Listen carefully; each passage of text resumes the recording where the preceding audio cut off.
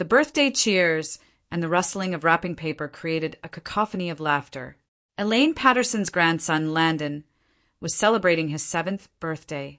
He ran around the living room, waving a plastic sword as if he had just defeated an evil alien. Elaine's daughter, Melissa, and her husband were taking pictures of their son, laughing loudly, oblivious to the gray-haired woman bustling about in the kitchen behind the closed wooden door. Elaine stood at the counter, stirring a pot of bean stew, glancing at the clock on the wall. Over the past 2 hours, she had baked 3 types of pies, fried meatballs, prepared homemade applesauce, and was finishing Landon's favorite marinated roast beef. Water was boiling on the stove, and oil had accidentally splashed onto her hands, leaving a few smoldering red marks. No one stepped in to help. Not a word of inquiry. Melissa's voice echoed from the living room. "Mom, remember to add marshmallows to the pudding. Landon likes it soft." "Oh, Mom, I brought some quinoa from Seattle the other day. Can you help me?" Elaine smiled slightly, a sad smile that no one noticed unless they looked closely. Each request required time to prepare, marinate, bake, season. Each step was like a test of endurance. She quietly wiped her hands on her apron, walked to the kitchen door, opened it a little. "Gerald, can you help me wash the meat tray? I'm so busy." No answer. She called again, and again. There was only the sound of Gerald laughing outside as he played with Landon. Elaine sighed, not complaining, not angry, just tired. She went back to the kitchen, rolled up her sleeves, and continued working. 3 hours later, the kitchen looked like a war zone. Oil stains on the floor, dirty trays piled in the sink, and her hands red from the heat. She leaned against the table, panting, smoothing her rumpled apron and taking a deep breath. Today she had a secret. When she stopped by the convenience store this morning to buy milk, Elaine had bought a scratch-off ticket. Landon would love a special gift, she thought.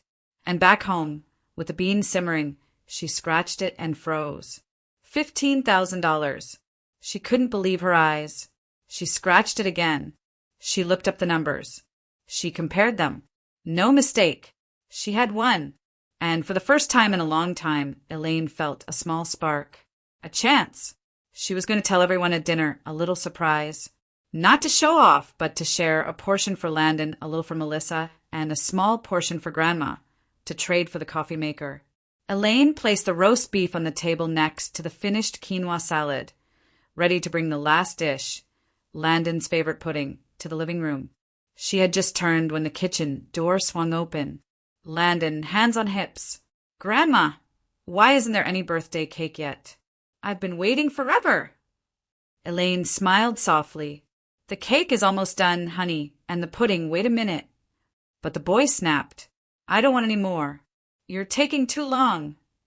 Before Elaine could react, Landon grabbed the soda from the counter and threw it.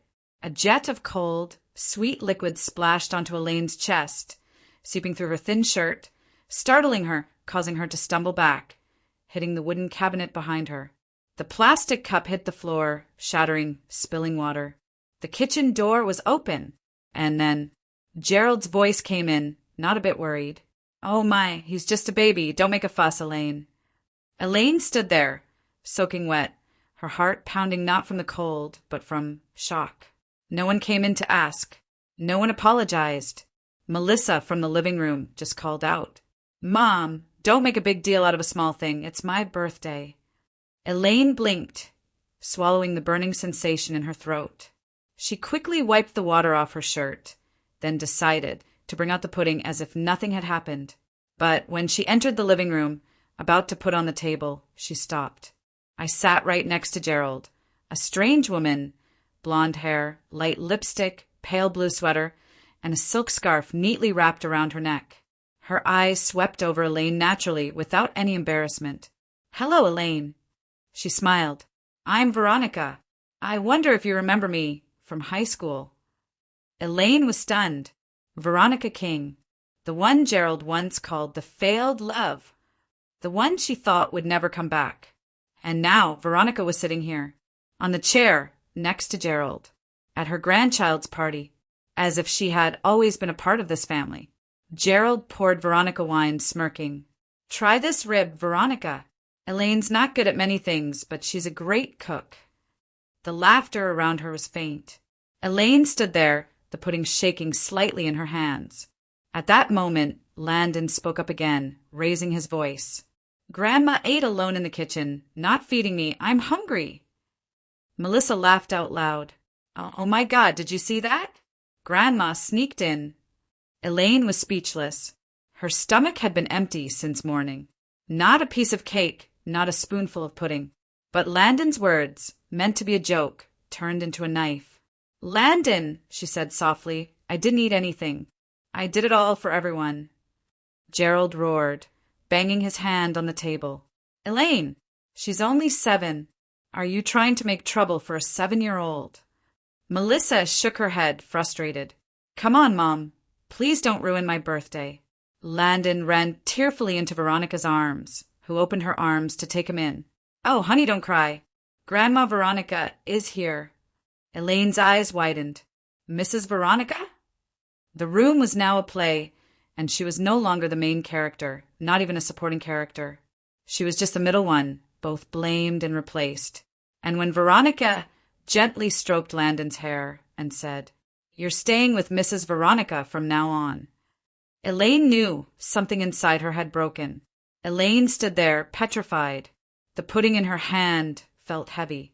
The words from Veronica, from Gerald, from Landon, each one was like a small knife, cutting deep into the wrinkles on her face, the place where she had kept the smiles at the party, the sleepless nights when Melissa had a fever, the weekends when she had sewn her husband's clothes.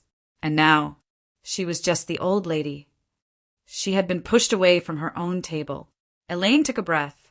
Something in her chest tightened. She put the pudding down on the table. No one looked up. Not a word of thanks. Gerald grumbled. What's with your face? Can't you keep the fun going? Melissa added, as if cleaning up a mess. Mom, please, it's Landon's birthday. Please don't ruin it. Elaine looked around. Familiar faces were now unfamiliar. All eyes were avoiding her, as if she were the intruder. Landon, nestled in Veronica's arms, mumbled between sobs. I don't want Grandma Elaine anymore.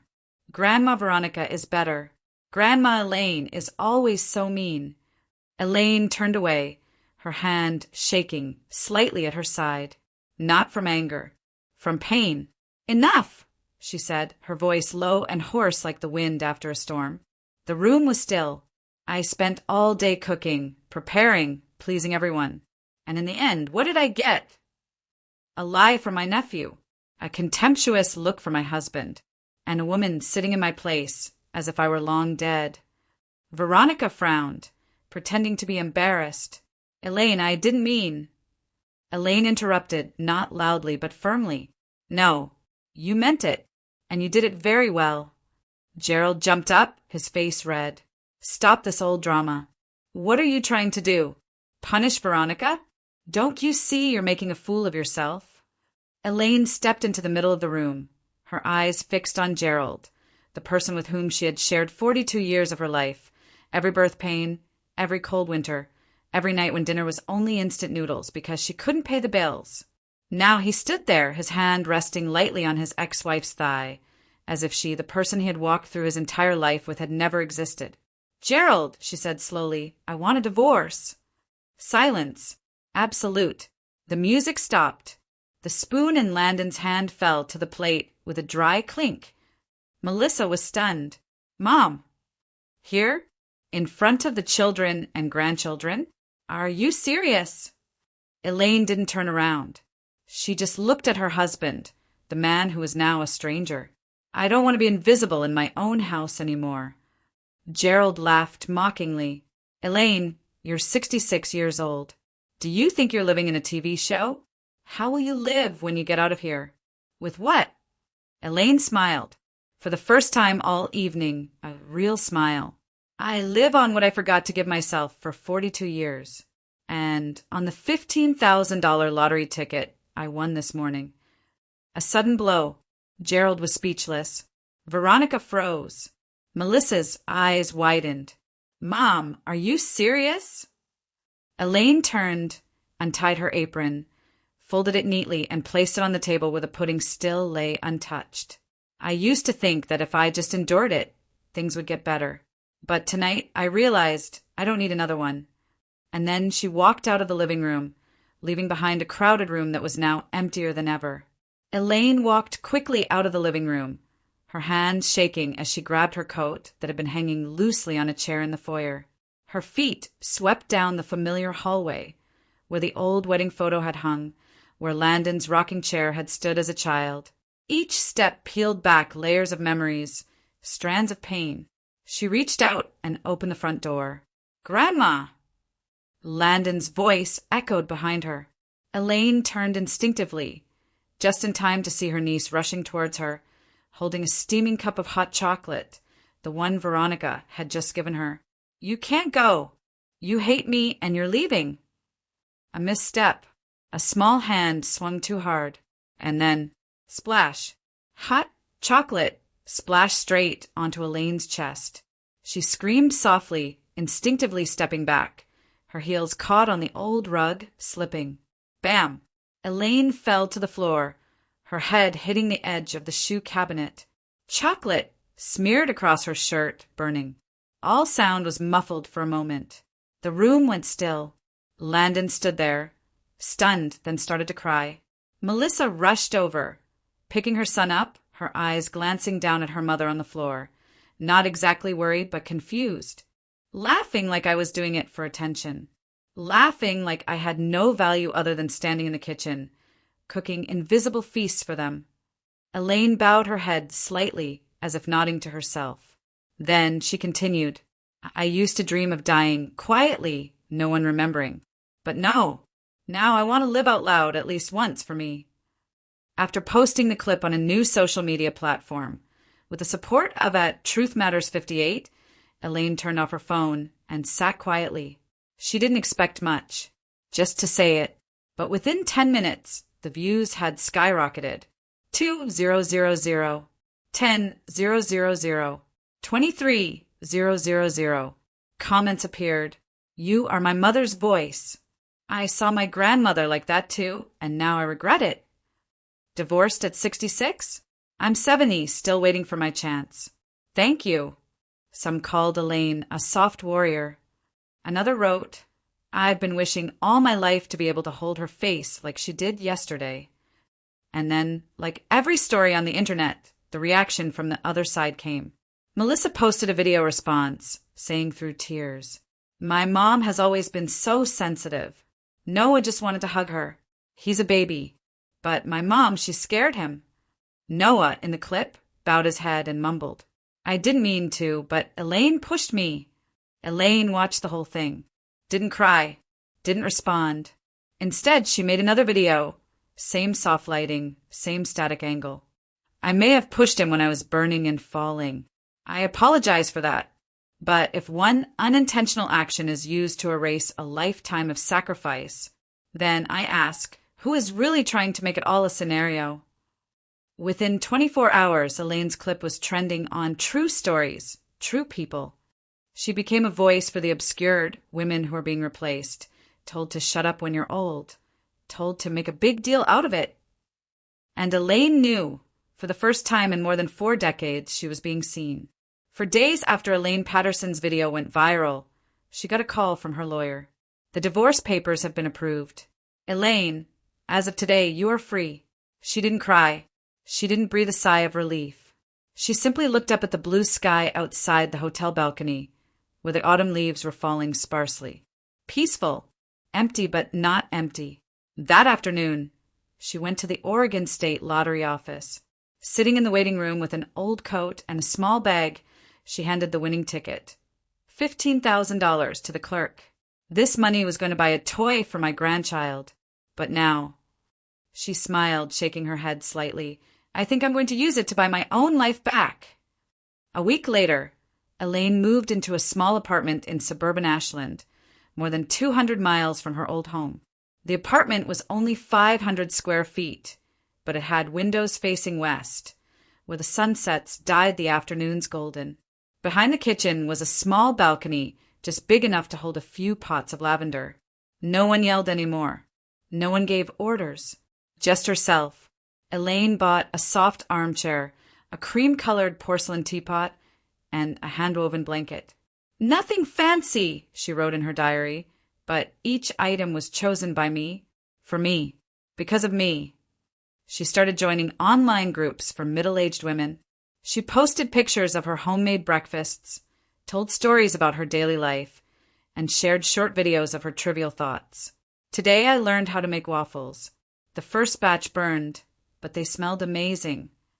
At 67, I painted my own toenails for the first time. Tomorrow I'm going by train alone, going somewhere I've never been before just because I want to.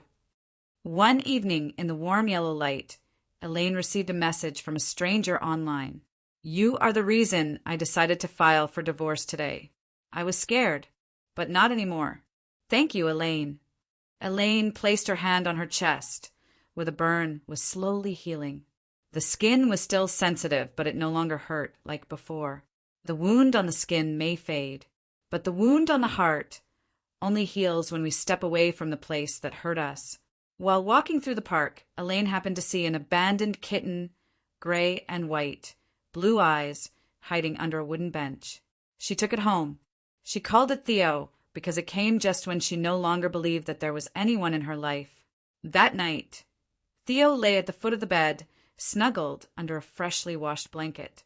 Elaine drank a cup of tea, turned on her computer, and wrote her first Instagram caption. One morning in mid-March, Elaine was cleaning the lavender pots on the balcony when her phone rang. The screen read, "Melissa, 2 missed calls." Elaine didn't answer. Less than 10 minutes later, a text message arrived. "Mom, I know you're reading. Please call back. It's a family matter." Elaine put the phone down on the table, breathing in the scent of freshly blooming lavender. Part of her had been preparing for this moment, the moment they returned, but she wasn't there to wait. That afternoon, she decided to turn on her phone and answer one of Melissa's calls. "Mom, you finally answered." Melissa's voice rang through the phone, tired and urgent. "I'm fine. How about you?" Elaine replied calmly. "Mom, I don't know how to start. Noah, he asked about you. He said he missed you. I thought maybe you should go see him." Elaine smiled softly. "Does he miss you, or the person I turned you into?" Silence, stretched on the other end of the line. Then Melissa sighed. "I'm sorry for not protecting you at your birthday party, for siding with Dad, but you made it too big." Elaine didn't respond immediately. She stood up and walked into the house, her steps slow but determined. "Melissa, when you saw me fall, soaked and burned, what was your first reaction?" I felt awkward.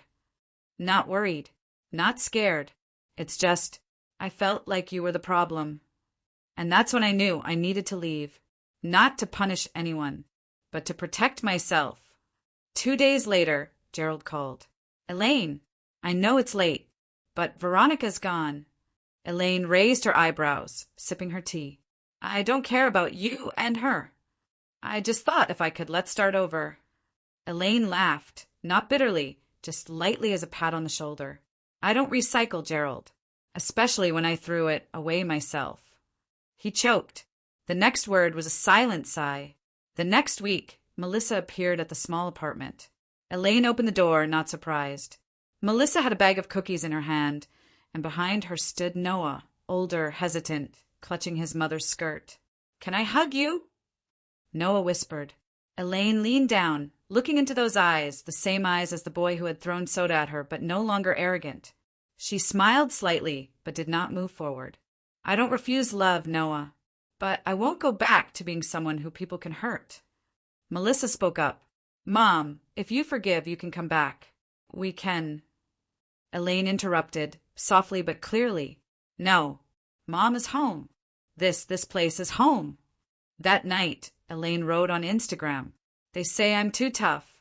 I say, I'm just learning not to fall limp at the feet of others. I don't refuse love, but this time I love me first." The photo showed her and Theo on a balcony chair with a purple and gold sunset in the background, just like her heart, after all. A month after Elaine refused to return to her old family, her Instagram account at Elaine Reborn hit 50,000 followers. No trending videos, no filters, only candid photos, Simple breakfasts, sunny balcony views. A cat named Theo lying with his legs stretched out in a peaceful sleep. A simple photo, a wicker chair by the window, received more than 30,000 likes. I used to think my worth was in how much others needed me. But it turns out my true worth is I can love myself when no one else does. Comments flooded in like a wave. I'm 58, just filed for divorce. She's the reason I dare to walk. My mother was silent all her life. I wish she had a voice like Elaine. Thank you. I'm a single mom, and today I dared to cook dinner just for myself. Elaine began accepting invitations to speak in local women's groups, not as a celebrity, but as a friend who had fallen and gotten back up. During a talk at the community center, a woman stood up, tears in her eyes. I am 65 years old, betrayed by my husband, despised by my children. But when I saw the video of you crying, I didn't see you as weak. I saw you as brave. Elaine took the woman's hand. You are not alone, and you are not late. We have just begun to live. That evening, back home, Elaine sat down and wrote in her notebook, I am no longer the woman in someone else's kitchen. I am the one who built my own kitchen, where I bake, not to please, but to warm myself. Theo curled up at her feet, moonlight streaming through the glass door. Elaine turns on the desk lamp and records a short clip. If you're watching this video in silence, thinking you're too old to do it again, listen to me. I'm 67. I used to lie on the floor, burning up, being called bad grandma by my grandkids. But today, I'm drinking lavender tea, teaching myself to love the sun and learning all over again. Not because I'm young, but because I'm worth it. And so are you.